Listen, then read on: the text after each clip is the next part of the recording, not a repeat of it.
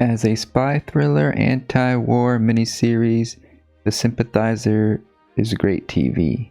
You might even call it cinematic, thanks to Park Chan-wook, who co-wrote the whole series, directed the first 3 episodes, and visual stylings remain throughout. Hua Xuande leads the way with a gripping performance as a communist spy who's in a constant struggle between his dual identities. On the other hand, the many similar faces of Robert Downey Jr. can sometimes be distracting, but by the end, it all makes thematic sense. The show does a good job of balancing between dark humor and more poignant moments.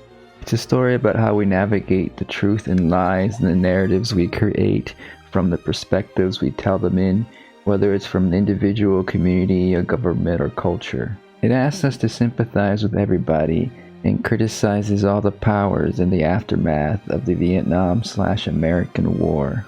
And yes, that does mean that the messaging is sometimes meandering or unconfident. The series is most bullish on the dangers of ideologies, but it's not entirely centrist, as American imperialism comes out with the most indictments. This story comes from a very much welcomed perspective, one that is in contrast to the American perspective we become accustomed to from Hollywood.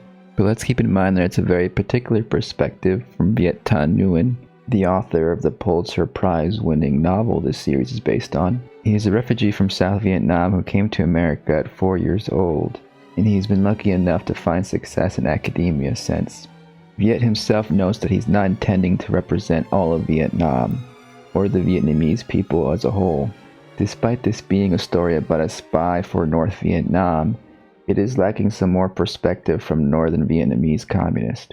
I'm sure Viet Thanh Nguyen would encourage us to learn more from other Vietnamese voices. If you want to learn more about this time period, as well as contemporary Vietnam from a communist perspective, I recommend YouTuber Luna Oi. That said, I still recommend The Sympathizer. After all, Viet Thanh Nguyen is having trouble getting his book published in Vietnam, and who knows if this series will ever air there. I suspect they might have issues with the depictions of the re-education camps. But yeah, the overall story can be heady, and although I do like the structure of the unreliable narrator, the flashbacks, the rewinding, the readjusting of things, the way the show depicts the unreliability of memory, I can understand how it can be a bit discombobulating. I had to actually watch this episode a couple times to really grasp everything. So let's get to the breakdown, because there's a lot to dig in this finale. Alright, spoiler mode is activated. Let's get to it. We start off in the airplane where we left off last time. The captain is wondering if anybody else sees ghosts. Bone's like, oh yeah, the world is full of ghosts. That's gonna be some foreshadowing to the final shot. Alright, we're gonna get into some action. Claude's like, let's get funky. And then it ends. The end. That's it. That's the story. The title of the episode is Endings Are Hard, Aren't They? That applies to the story the captain's writing here, of course, but also the show itself, obviously. Perhaps the creators are like hedging their bets. They're like, oh, if people don't like it, you know, at least we called it Endings Are Hard. I think the captain got a little bit too pretentious with his ending there. He wonders if, like, the reviews aren't going to be good. He's talking about the commandant and the commissar not liking the ending of his story, and they don't. So the story continues. He's crafting the story in order to get free. You know, he wants to clear his name. He wants to make sure that they believe he's a revolutionary. He's part of them. He's a commie. He can't get the right style down, the right rhetoric to appease the communists who will only allow him to go free if they believe that he's fully expunged all the Americanisms and inhabits the ideals of communist Vietnam, according to them, of course. The boys have their night out at the obligatory strip club scene before they get into that final mission, which is going to kill most of them, as we see it flashing back and forth between the pointless scout mission and back at the club here. So this is where Claude reveals that, yeah, the mission wasn't so classified, huh? Because we got a recording of you confessing to being a communist spy and heard the captain's whole spiel right before he killed Sonny. But he's going to give him an out. It's like, hey, drink this and it'll make you so sick you can't go on the mission, and then maybe I'll be lenient on you.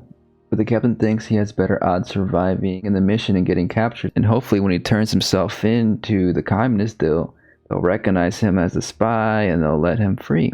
So he rejects Claude's offer. Claude, of course, is like, whatever, he's probably going to die anyways. So Claude gives a drink to some asshole over here. Once Claude's gone, the captain noticed that the tape is missing. Does this mean Claude took the tape and he has it on him? Was there never a tape to begin with? Is he making this whole scene up? And this never even happened. Maybe he just wants to show the commandant and the commissar that he had no choice but to do this mission and get captured. Either that or he'd have been jailed in the US and compromised as a spy. So back to the guerrilla warfare. Bone and the captain are the only ones that survive. Bone's about to do one last stand before the captain saves them. Like, no, we gotta stay alive. And so they surrender. So the captain thinks soon enough they'll figure out, he'll tell them that he was a spy. He'll be able to go free, and maybe he can get Bone out too as well. But as we've seen throughout the series, that does not happen. So we're about to come full circle here, and we're about to get back to the beginning. Obviously, Bone is not going to do what they say. He probably feels like he has nothing to lose at this point. They beat him for insubordination. And so the commandant cuts in. It's like, hey, this makes us look like brutes. So he gets rid of that and makes them rewrite it. Of course, there was a lot of violence at these re-education camps. It doesn't get talked about a lot in Vietnam, and it's largely forgotten. But there are stories of ex-educatees who have written down their experiences, and they do verify what we see here in this episode. He's basically telling them how you should end the story with you surrendering, but the captain wants to go further. We get to see the moment where he meets him for the first time, and then the commissar shows up, who has this distinctive mask on. He actually seems to feel pity. He's the one who commands the captain to write his confession to verify if his claims are true, and even says that it should be a secret because if anybody else finds out in the camp that he's a spy, they'll probably attack him. And so he starts, and 1 year later he's still at it. He's given an egg to eat, which recalls a scene in which the captain was undercover as a secret police and had his own prisoner he fed an egg to. He's now in the same position. But he's ready to finish up the story, though the command's like, oh, actually it's done, you're good. We just gotta get it to the commissar to see what he thinks.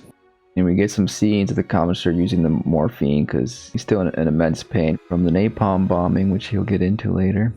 So the captain's finally allowed to join the rest of the prisoners, educatees, finally connecting with Bond again after a year of solitary.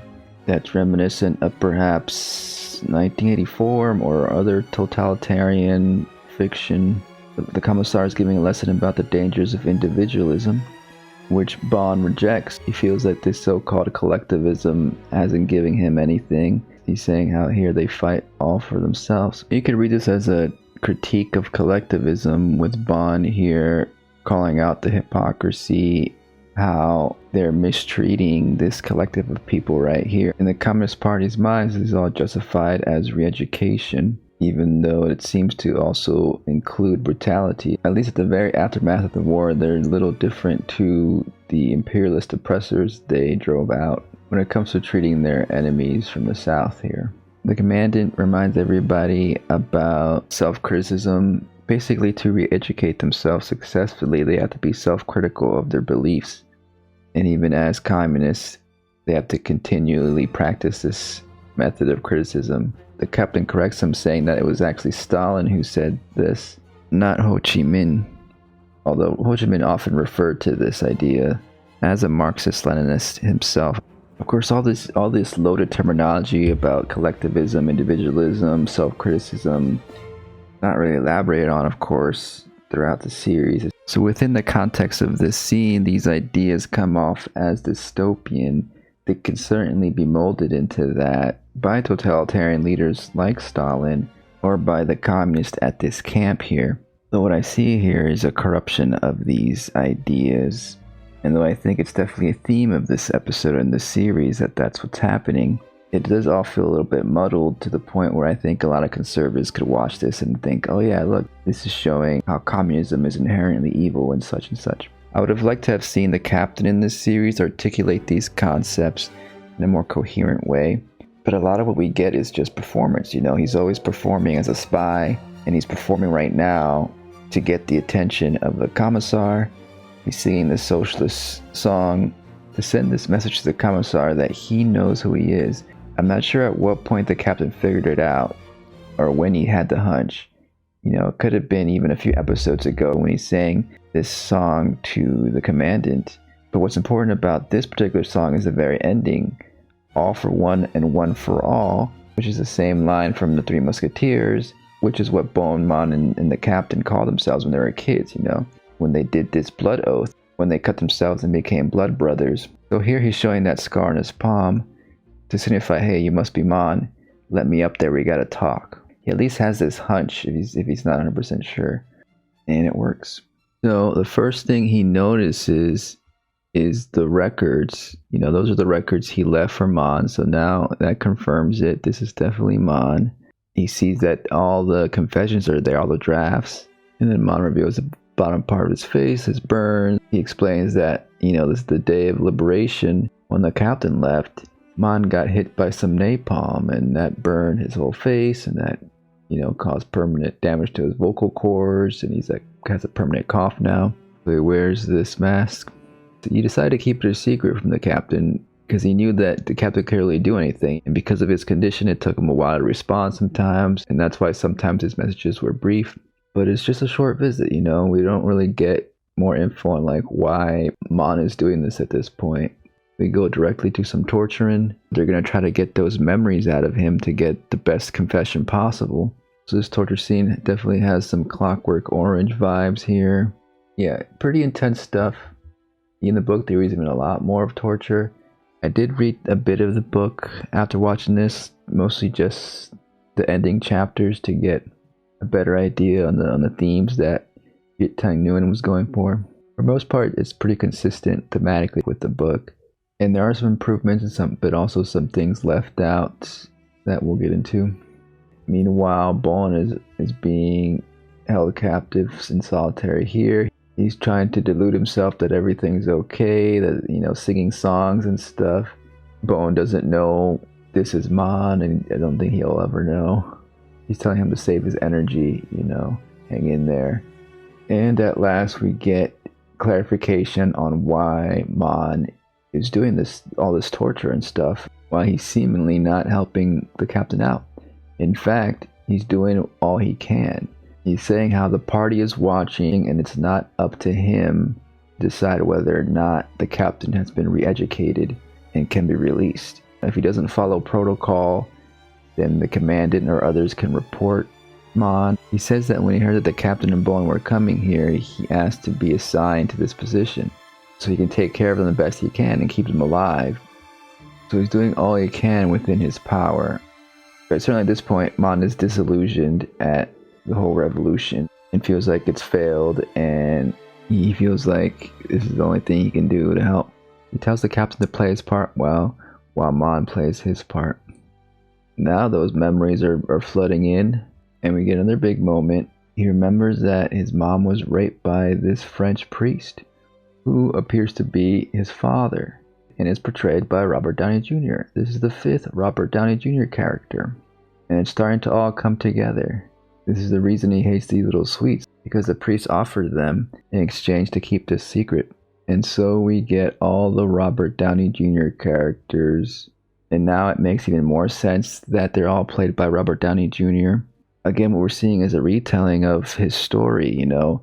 They represent the hegemonic patriarchal power structure that has been so dominant in his life and around the world in general. So it makes sense that he sees them as one in his psyche and represents them as one in this story. Whether or not the performances have always been consistent is debatable. But thematically it makes sense. Maybe it could have also made sense if they were all different white actors that kind of look similar, maybe. But I can accept it as is. And then the ghosts come back to take him away, to break his bones and get him out of that chair. This is all in his head, of course. He's gone completely mad, obviously. In reality, there's probably some lackeys taking him up to the commissar's room.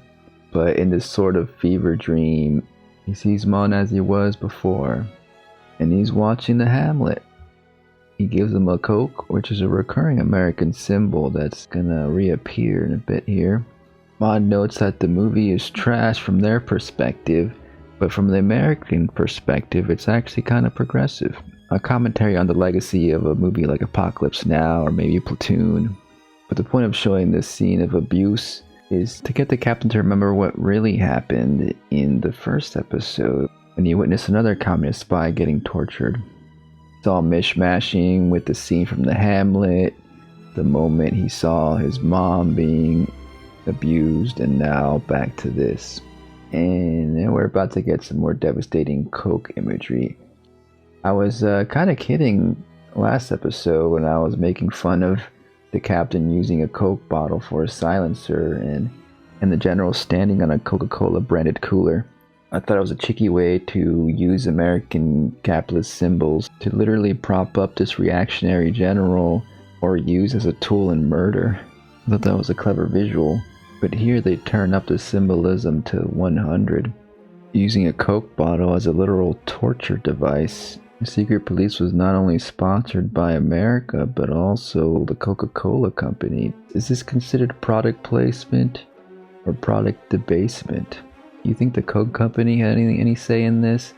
I mean, Coke is kind of untouchable, isn't it? They might even paid for this. As long as their product is featured prominently, maybe they don't care. And what better way to get the product in people's minds than through a heinous torture scene that will surely scar any viewer?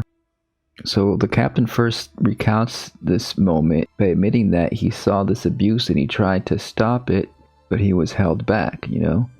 He kept this from his confession, but it was only because it was so traumatic.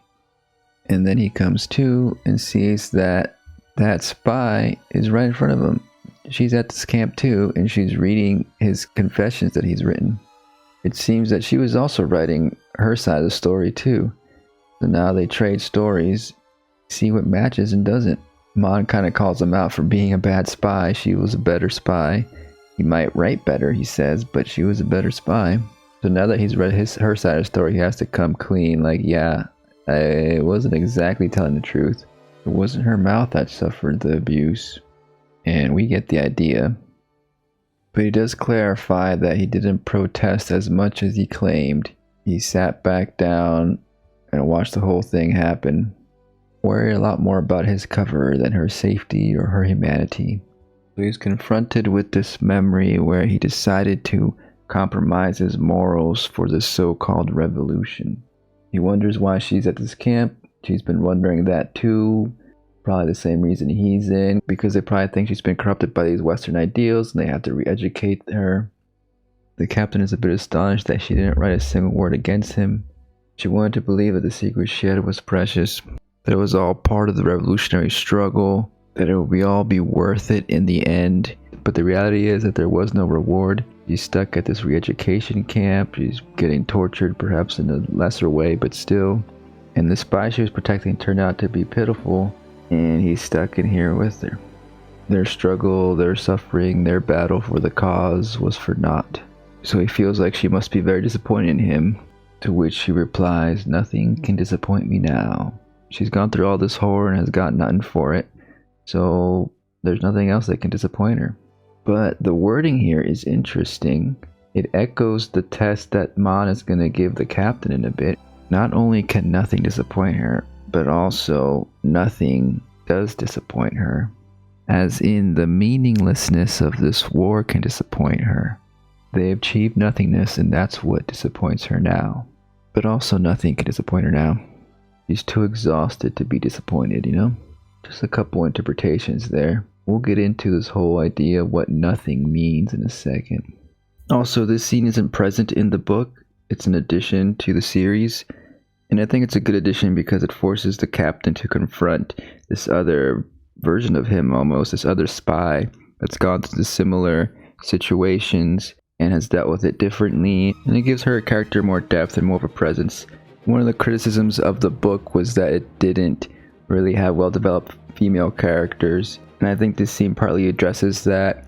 It gives this spy who was abused more of a voice. Additionally, they also expanded the character of Sophia, Sandra Oh's character. She figured out that the captain was a spy. That didn't happen in the books. Sure, it would have been nice to see even a little bit more of this spy. You know, she's even a more competent spy than the captain. Maybe we could have had some quick shots flashing back and forth between their versions of the story. Now it's time for a little bit of relaxation. This reminds the captain of the time where Bond was beat up those guys at the beer garden. The last day they were all together. He says it's not American beer, and Bond's like, well, we make the beer ourselves nowadays. We don't need the French or the Americans to fuck us over. The idea that Vietnam can create alcoholics with their own beer. Bond takes off his hood. The captain notices a picture of Bond and himself that he sent over. This is the only place he can keep the picture. No one will search there, of course. Bond critiques how it's out of focus. But then the captain gets a little bit pretentious and talks about how maybe the Major was making an aesthetic statement on how it represents the tension between the individual and its environment. An individual is part of a community, part of this world, but this world is also made of individuals. Bond calls him out for the way he speaks. He says that the way he talks is as if it's being translated from English, and that's why the others don't trust him. They think he's too far gone. This is a sore spot for the captain, who struggles with his identity. He's been insecure this whole time about how he doesn't feel Vietnamese enough, and about his admiration for American culture. His dual identities as an anti-communist and communist have melded together. And so it's time for the captain's final exam, to prove to Mon that he's learned the real lesson of this conflict. At least in Mon's opinion. He gives him a riddle. Look at this message from Ho Chi Minh. Nothing is more precious than independence and freedom. He asks if he thinks if there's anything more precious. He's got 3 chances. It's not love. It's not family. The captain can't quite think of the answer. He sacrificed so much for his country. There can't possibly be anything more precious. It's right there in the slogan, he says. His ghost friends help him out a bit here. Finally, he comes to the realization the answer is nothing. Nothing is more precious than independence and freedom. Obviously, right? It's that simple. That seems kind of silly. He had to make this lesson so torturous, but he says that's the only way he could have learned. That's the way he learned himself. He had to learn the hard way. There's a duality to the slogan. Nothing is more precious than independence and freedom. I think the main thing they want you to understand here is that the slogan has been corrupted by the Vietnamese Communist Party now after they successfully won the war. Even though the point of the revolution was to gain this independence and freedom from the colonizers, from the imperialists, from the puppet government in the South. But now they're taking away the independence and freedom from their enemies, capturing them and putting them in these re-education camps. They've become the oppressors. So therefore they've achieved nothing, and that nothing has become more precious than independence and freedom. Their ideals have been compromised and corrupted and turned on their heads. This is all made a little clearer in the book. The captain sees it as a joke. The revelation that what's more precious than independence and freedom is nothingness, the meaninglessness of war. And that's a cruel joke that he's been experiencing this whole time, being imprisoned and tortured in this re-education camp. Even though he fought for his cause, he received nothingness in the end. Similarly, Mon was burned by napalm. He's stuck here being this warden of this prison, and now he's taking the independence and freedom away from others. And in the book, it may come off as a little bit pretentious, because basically it says if you don't see the joke in this slogan, then you're a dangerous person. Like the commandant, for example, he says of him, and I quote, "He saw only one meaning in nothing, the negative, the absence, as in there's nothing there. The positive meaning eluded him, the paradoxical fact that nothing is indeed something." Our commandant was a man who didn't get the joke, and people who do not get the joke are dangerous people indeed. They are the ones who say nothing with great piousness, who ask everyone else to die for nothing, who revere nothing. His point is that these slogans, any ideology, can be warped by the people who lead, whether they're dictators or revolutionaries. So again, looking at the phrase, nothing is more precious than independence and freedom. Yes, it's a well-known quote from Ho Chi Minh, the revolutionary communist leader, of North Vietnam, but it also sounds like something maybe a jingoistic American politician would say. An arm of American imperialism may agree with this idea as well, that independence and freedom is key. From a perspective of an American, perhaps, the focus is on the words independence and freedom. One must fight for individual independence and individual freedom, a libertarian might say. But from the perspective of Ho Chi Minh, the emphasis may be on the word nothing. In other words, no person, no individual, no thing is more precious than independence or freedom. So that's a more collectivist perspective on the phrase. So the point here is that any ideology can become very dangerous, and we must be very careful on how we enact these ideas. Again, quoting from the book, this is a joke about how a revolution fought for independence and freedom could make those things worth less than nothing. So the end result of this revolution, this war, is nothing. Nothingness was accomplished. The idea, maybe the ideology might say, that the revolution amounted to nothing is a bit reductive. I don't know, all this messaging can come out a little bit muddled. But this isn't the end of the story, and it's Mon who is trying to teach the captain this lesson. So you can see Mon as a cynic and the captain as the optimist. He shows him his paw, telling him that even underneath these scars, he has that wound they shared from their childhood. And he still holds that oath that they'll stick together to the end. He says it's deep underneath, but the captain's like, that's too sentimental, let's make this a reality. Let's put that oath into action. Let's actually make some positive action here. Mon decides to help him escape, with Bon as well. In the book, Mon is able to release the captain through more bureaucratic methods / torture and convincing everybody that the captain has been successfully re-educated, and then also releasing Bon by paying off some guards and police. It definitely works a lot better with the visual medium, this type of escape plan where the captain disguises himself as the commissar and Bon as a guard, while Mon pretends to be incapacitated. And I believe everyone thinks that the commissar's going on a trip. He did mention a few days ago, right, that he had to go on a trip. And so the escape is successful. Here the captain's about to tell him everything, right? His whole identity and everything, and probably even about Mon, but Bon doesn't want to hear it. He's had enough of all these confessions. He says that he's had to say things he didn't believe in at the camp, and he just wants to move forward and leave all that behind. And I think the captain's like, yeah, I guess it's probably better, especially because now the captain has completely severed his relationship with the Communist Party of Vietnam. There's no way he's going to be able to reintegrate into Vietnamese society at this point. And part of the reasoning behind Mon's torturous lesson was to make sure that the captain fully understands how this revolution has failed them, so he won't return. He won't try to come back to Vietnam.